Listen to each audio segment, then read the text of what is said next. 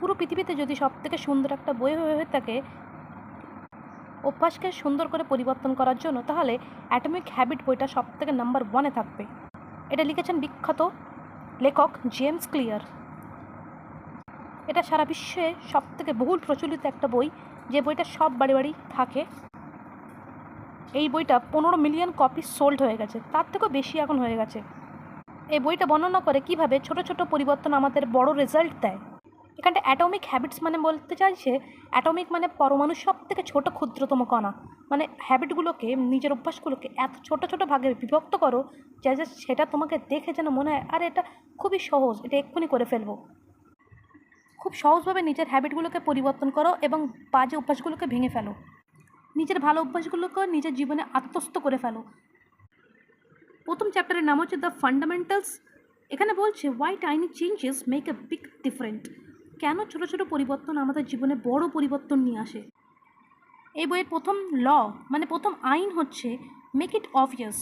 অবশ্যই এটা করে ফেলো। মানে এমন ছোটো ছোটো ক্ষুদ্রভাবে তোমার হ্যাবিটসগুলোকে ভাগ করো যাতে তোমার সেগুলো করতে কোনো কষ্ট না হয়, আরও আনন্দ ভোগ হয়। সেকেন্ড ল হচ্ছে দ্বিতীয় আইন মেক ইট অ্যাট্রাকটিভ।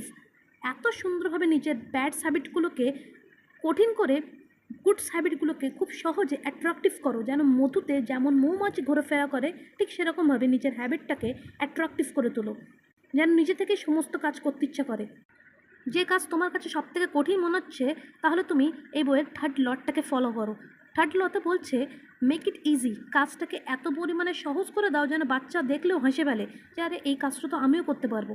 তাহলে তোমার মনে হবে আমি এই কাজটা এই মুহূর্তে করে ফেলি। দ্য ফোর্থ ল, চতুর্থ আইনে বলছে মেক ইট স্যাটিসফাইং। নিজের কাজের মধ্যে সন্তুষ্টি খুঁজে পাও।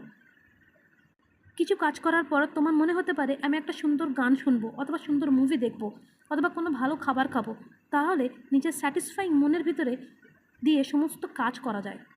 এইভাবে এই পুরো বইটার ভিতরে 4টে ল আছে, 4টে সুন্দর আইন আছে, এবং লাস্টে বলছে advance tactics, how to go from being merely good to being truly great.